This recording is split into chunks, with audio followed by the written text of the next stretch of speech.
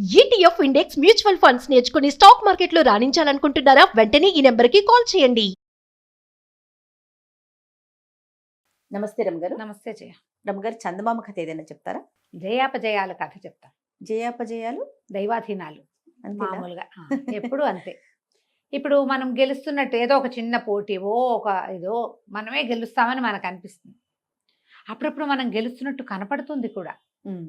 ఒక దశలో ఒక చిన్న మెలికతో ఓడిపోవచ్చు. ఇది దైవాధీనంగా సరిపెట్టుకుంటారు చాలామంది. దాన్ని మనసుకు తీసుకుని ఇంకేదో చేసేసుకోవాలనుకుంటారు ఇంకొంతమంది. ప్రయత్న లోపం ఏమన్నా ఉందా? సరి చేసుకునే ప్రయత్నం కూడా చేస్తారు. ప్రయత్నం లోపం లేదు, అన్నీ బాగానే ఉన్నాయి. కానీ భగవంతుడు కాలం అనుకూలించలేదని కాలాన్ని నిందించి ఊరుకునే వాళ్ళు ఇంకొంతమంది ఉంటారు. ఎవరెవరు? మనం ప్రతిసారి ఈ ప్రశ్న వేసుకోవాలి చేయ. అవునండి. మనం ఏదో ఒక పని చేయబోతున్నాం. సక్సెస్ అయితే ఏమిటి, కాకపోతే ఏమిటి, అవుతున్నట్టుగా కనపడి కాకపోతే ఏమిటి, కాదనిపించి అయితే ఏమిటి, ఎన్నున్నాయి చూడు అన్నీను. అంతే. అందుకని మనం ఏం చేయాలి? మన ప్రయత్న లోపం లేకుండా భగవంతుడి మీద భారం వేసి ఏదో ఒక పాజిటివ్ ఎనర్జీని, పాజిటివ్ వైబ్ని నమ్ముకుని పనిచేస్తాం. అన్నీ మనకు అనుకూలంగానే కనపడతాయి. అంతేగా. ఎప్పుడు పాసా పలటగయా అంటుంటారు. ఎప్పుడు అది పలటగయానో తెలియదు మనకి. ఎప్పుడో ఒకసారి తిరిగిపోతుంది. ఈ కథ చాలా బాగుంటుంది. విదర్భ రాజ్యానికి జయపాలుడు అని ఒక రాజుగారు ఉండేవారు. ఆయన మహాసాహసి, అత్యంత పరాక్రమశాలి. ఆయనకు వచ్చినంత అద్భుతమైన ఖడ్గ విద్య ఆయన కాలంలో ఆయన తప్పిస్తే ఇంకెవరు లేరట అసలు. అలాంటివాడు. అసలు పరాజయం అనేదే ఎరగడు. ఆయన చుట్టుపక్కల రాజ్యాల వాళ్ళందరూ ఆయన చేతిలో ఓడిపోయిన వాళ్ళే. ఆయన గాథలు అంటే ఈయన పరాక్రమాన్ని గురించిన గాథలు పాటలు పాడుకుని చెప్పుకునేవారు. అబ్బా, పాండవుల గురించి చెప్పుకున్నట్టు చెప్పుకునేవాళ్ళు. ఎన్ని కథలు, ఎన్ని గాథలు ఉండేవో ఆయన యుద్ధ నైపుణ్యం మీద. ఆయన ఒక ఫ్రేమ్ వేస్తే ఇక దాన్ని చెడగొట్టేవాడు లేడనమాట. అంటే వీళ్ళు ఏమంటారు, వ్యూహాలు పన్నుతారు. వ్యూహం మనకు తెలిసిందే కదా, చక్ర వ్యూహం అందులో చెప్తారు. గరుడ వ్యూహం పన్నారు, చక్ర వ్యూహం పన్నారు, పద్మ వ్యూహం. ఈ వ్యూహాలు పన్నటంలో ఆయన అంతటి వాడు లేడు అసలు. చుట్టుపక్కల రాజ్యాల వాళ్ళందరూ ఓడిపోయిన వాళ్ళే. ఈయనకి పురుష సంతానం లేదు. కొంచెం లేట్ వయసులోనే ఆయనకి జలజాదేవి అని ఒక కూతురు పుట్టింది. మహాసౌందర్యవతి. ఆయన తన కూతురుని ఇవ్వడానికి తనంత పరాక్రమశాలి ఎవడూ లేకపోవటం వల్ల పెళ్లి ప్రయత్నం కూడా చేయలే. ఓహో, లోకుగా ఇవ్వాలి. మామూలుగా ఆడపిల్లల్ని ఎక్కడిస్తాము? మనకంటే పై ఎత్తున ఒక అంతస్తు పైకి ఇవ్వాలి. ఇక్కడ ఆస్తి స్వాస్తి కాదు కదా, మన ఆస్తి ఏమిటి? ఇక్కడ పరాక్రమమే. మనకంటే పరాక్రమశాలి అల్లుడు కావాలి. పరాక్రమశాలి ఎవడు లేడు. ఎవరికి ఇస్తాం పిల్లని? పెళ్లి ప్రయత్నమే చేయలేదు. అయితే వీళ్ళకి పక్క రాజ్యాల్లో జయపురం అని ఒక రాజ్యం. ఆ జయపురపు రాజు కూడా ఈయన చేతిలో ఒకప్పుడు ఓడిపోయిన వాడు. ఓకే. ఆయనకి మాణిభద్రుడు అని ఒక కుమారుడు ఉన్నాడు. అతనికి ఈ జలజ మీద ఆపేక్ష ఉంది. ఇవిడ అందగత్తె బాగా, అంటే పటాలు వస్తాయి. ఒక వయసు వచ్చేసరికల్లా చిత్రపటాలు ఊళ్ళల్లో తిరుగుతాయి. ఆ రాజుగారి ఇళ్ళకి వస్తాయి. వచ్చింది ఎలాగో వీళ్ళకి తెలిసింది. అతను ఒకసారి 2 సార్లు వీళ్ళ ఊళ్ళో ఏవో ప్రోగ్రాములు జరిగినప్పుడు అప్పుడు సాధారణ యువకుడుగా వేషం వేసుకుని వచ్చి జలజను చూసున్నాడు. జలజ కావాలి. అయితే ఇతను ఏం చేశాడు? మామూలుగా అయితే ఇది లభించదు కాబట్టి ఏం చేశాడట ఆయన, ఆ కుర్రాడు ఎక్కడెక్కడెక్కడెక్కడికో వెళ్ళి ఎన్ని రకాల ఖడ్గచాలన విద్యలో నేర్చుకున్నాడు. ఆయనకంటే పరాక్రమశాలి అయితే కానీ కుదరదు. ఈ రాజ్యం విదర్భ బహుబలమైనది, చాలా పెద్దది, సంపన్న దేశం. ఈ రాజ్యాన్ని కొలగొట్టేస్తే పట్టుకోవచ్చు. అప్పుడు జలజ ఆటోమేటిక్గా దొరుకుతుందని జలజ కోసం ప్రయత్నం చేశాడు మాణిభద్రుడు. ఏం చేశాడు? యుద్ధానికి సన్నద్ధమయ్యాడు. వీళ్ళ మీద యుద్ధం ప్రకటించాడు. విదర్భ రాజ్యం మీద, జయపురం వాడు ప్రకటించేసరికల్లా అదే సమయానికి రాజుగారికి వృద్ధాప్యంతో తీవ్రమైన అనారోగ్యం చేసింది. వృద్ధుడు అవటం వల్ల కోలుకోటల్లా. మామూలుగా ఒక మాదిరి వయసు వాళ్ళు అనుకో, కొంచెం 2-3 రోజుల్లో తిప్పుకుని కొంచెం తిరుగుతారు, జీవక్రియలు యాక్టివ్గా ఉంటాయి. వయసు వచ్చిన వాళ్ళకి అవి ఉండవు కదా.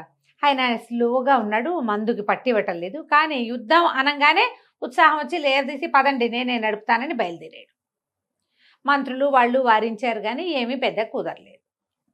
అయితే ఈయన వెళ్ళి బ్రహ్మాండమైన వ్యూహాలు పన్నాడు. 1 రోజు 2 రోజులు యుద్ధం చేశాడు. వాళ్ళు ఆగలేకపోయారు ఈయన ముందు. 2వ రోజుకి ఈయనకి మళ్ళీ తిరగబెట్టింది బాగా. దగ్గు, కడుపులో నొప్పి, వంగిపోయాడు మనిషి, చేయలేకపోతున్నాడు. అయితే మంత్రి అన్నాడు, ఎందుకు మనం ఇంటికి వెళ్ళిపోదాము, మీరు వ్యూహాలు చెప్పండి, మన వాళ్ళు యుద్ధం చేస్తారు అని చెప్పి ఆయన మోహించేశాడు. అంతఃపురానికి. ఆయన పడుకున్న యుద్ధ వార్తలు వింటూనే ఉన్నాడు. క్రమంగా ఏమైంది, ఓడిపోతున్నాం అనిపించటం మొదలుపెట్టింది. ఆయన దిగులు వచ్చేసింది. దిగులు వస్తే ఆయన పాపం వ్యూహాలు చెప్తూనే ఉన్నాడు. ఆ వ్యూహం పనండి, ఈ వ్యూహం పనండి, అటు నుంచి గట్టి చేయండి, ఏవో చెప్తాడు, పొద్దున్నే ప్లాన్ ఇస్తాడు. అవ్వద్దు. మాణిభద్రుడు ఇంకా చురుగ్గా ఉన్నాడు, యువకుడు. పైగా వాళ్ళకి ధైర్యం ఏంటి, ఇక్కడ నిలబడవలసిన రాజు లేడు. ఎప్పుడైతే హెడ్ లేడో జనం బలహీనపడతారు. ఈ బలహీనత అవతల వాడు పసిగట్టేస్తాడు. వీడికి కింగ్ పిన్ లేదు కాబట్టి వీళ్ళు చులకన. వాళ్ళది పై చేయిగా కనపడడం మొదలెట్టింది. మెల్లిగా రాజుగారి పని అయిపోతుంది. అయితే మంత్రి వైద్యులు ఏమన్నారు, 2 రోజులు మించి ఈయన బతకడు, అయిపోయింది. అయితే ఈ 2 రోజుల లోపల యుద్ధాన్ని ఎట్లా కొట్లా ప్రొలాంగ్ చేసి అపజయాన్ని ఈయనకి వినపడనివ్వకూడదు అనుకుంటున్నాడు మంత్రి. రోజు గడుస్తోంది, ఒక పూట గడిచింది. ఈయనేమో అదేంటి ఇదేంటి అంటే మన వాళ్ళదే పై చేయిగా ఉందని చెప్పడం మొదలుపెట్టాడు. నిజానికి కాదు, వీళ్ళు దిగనాసిల్లిపోయారు. చాలా మంది చచ్చిపోయారు, కొంతమంది పారిపోతున్నారు, చేయలేకపోతున్నారు, ప్రాణాలు కడబట్టిపోతున్నాయి. అయినా సరే మనం గెలిచేలాగా ఉన్నామంటే ఆయన శభాషని ఉత్సాహంగా లేచి కూర్చుంటాడు ఆయన. అంతే, నేను చెప్పే కాదు, నేను చెప్పిన వ్యూహం పనితే సరిపోతుంది. బాగా 2 రోజులు అయ్యేసరికల్లా ఆయన కళ్ళు మూతలు పడిపోతున్నాయి. అయిపోయేలాగా ఉంది. అయిపోతుంది అనుకున్నారు. అయిపోతుంది అనుకుని మంత్రి గారు ఏమన్నారు, మహాప్రభు మనమే గెలిచామండి అని చెప్పాడు. చెప్పేసరికల్లా ఆయనే నేను చెప్పే కదా, నేను చెప్పినట్టు చేస్తే అని మళ్ళీ ఉరిగిపోయాడు. అయిపోతున్నాడు అనుకున్నాడు. ఇంతలో ఏమైంది, వీళ్ళు ఓడిపోయారు నిజానికి. ఓడిపోతే అతను రాజ్యం ఊళ్ళోకి వచ్చేస్తున్నాడు మాణిభద్రుడు. ఏం చేయాలో తెలియలే.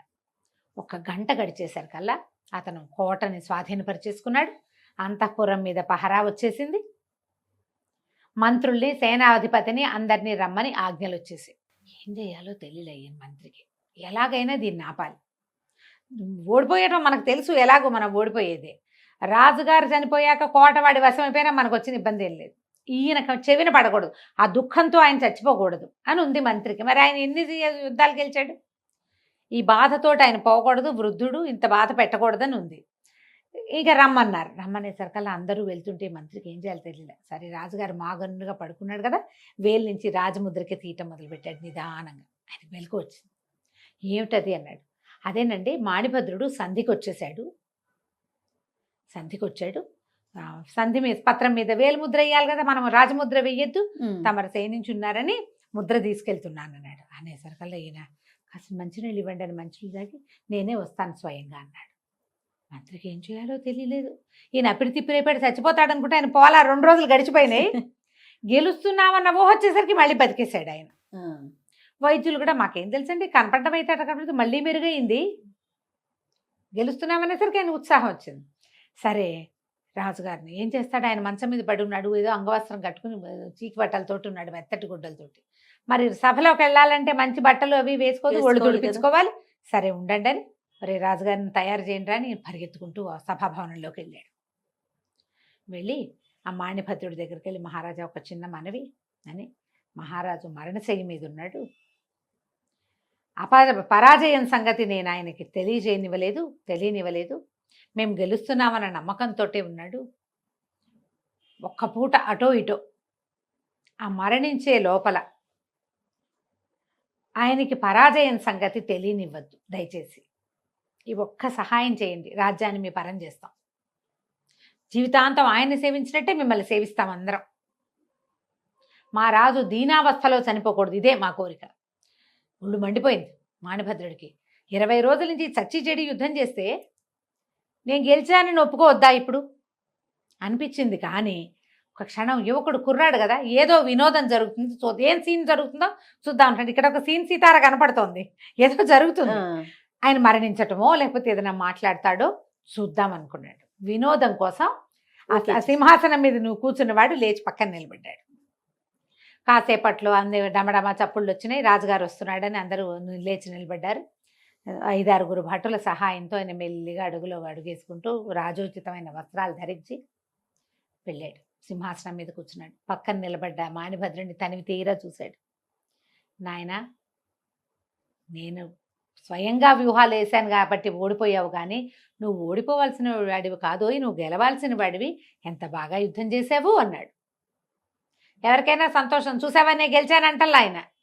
ఎదుటివాడిని నేనవటం వల్ల నువ్వు ఓడిపోయావు, కానీ లేకపోతే నువ్వు ఓడవలసిన వాడివి కాదు. చాలా పరాక్రమశాలివి నాయన. సంధికేముంది, సంధి వద్దు. నీ పరాజయాన్ని నేను విజయంగా మారుస్తాను. నువ్వు ఓడిపోయినా సరే రాజ్యం నీది. నా కూతురు జలజని నీకు ఇచ్చి పెళ్లి చేస్తానన్నాడు. ఆయన నోటి నుంచి మాట రావట్లా, ఒక్కో మాట కూడా తీసుకుంటున్నాడు. సభ అంతా నిర్ఘాంతపోయింది. మాణిభద్రుడు కూడా ఆశ్చర్యపోయాడు. ఏదో అందామనుకున్నాడు. నేను ఓడిపోవటం ఏమిటి, అలా తిక్కొచ్చేస్తుంది కదా. కానీ అదే సమయానికి ఆ జలజాదేవి చెలికత్తల వెంట రాగా సభలోకి, తండ్రి వచ్చాడుగా, రాకుమార్తె కూడా రావాలి, అవి వచ్చింది. ఆ జలజను చూసేసరికి ఇతని మాట మారిపోయింది. ఏమనలేకపోయాడు ఇంకా. పోనీలే ఆయనే గెలిచాను అనుకున్నాడు. జలజ మంది, రాజ్యం మందే, రాజ్యం ఇచ్చేస్తానన్నాడు. అదే సంధి పత్రాలు కాగితాలు తీసి పక్కకు పెట్టాడు ఆయన. సంధి పత్రాలు కాదు అవి, నిజానికి ఊరికే రాజును ఇది చేయడం కోసం వాళ్ళు తెచ్చిపెట్టారు అంతే. ఈ కాగితాలు వద్దు, మాణిభద్రుడే మన రాజ్యానికి రాజు అని చెప్పి ప్రకటించాడు. సంతోషంగా అందరు చప్పట్లు జరిచారు. వాళ్ళు వీళ్ళు పోయిన వాళ్ళు పోయారు. జలజనిచ్చి పెళ్లి చేసేశారు. మాణిభద్రుడు రాజు అయిపోయాడు. ముసలి రాజు గారు చక్కగా ఆయన అంతఃపురంలో ఆయన పడుకుని విశ్రాంతి తీసుకునేవాడు.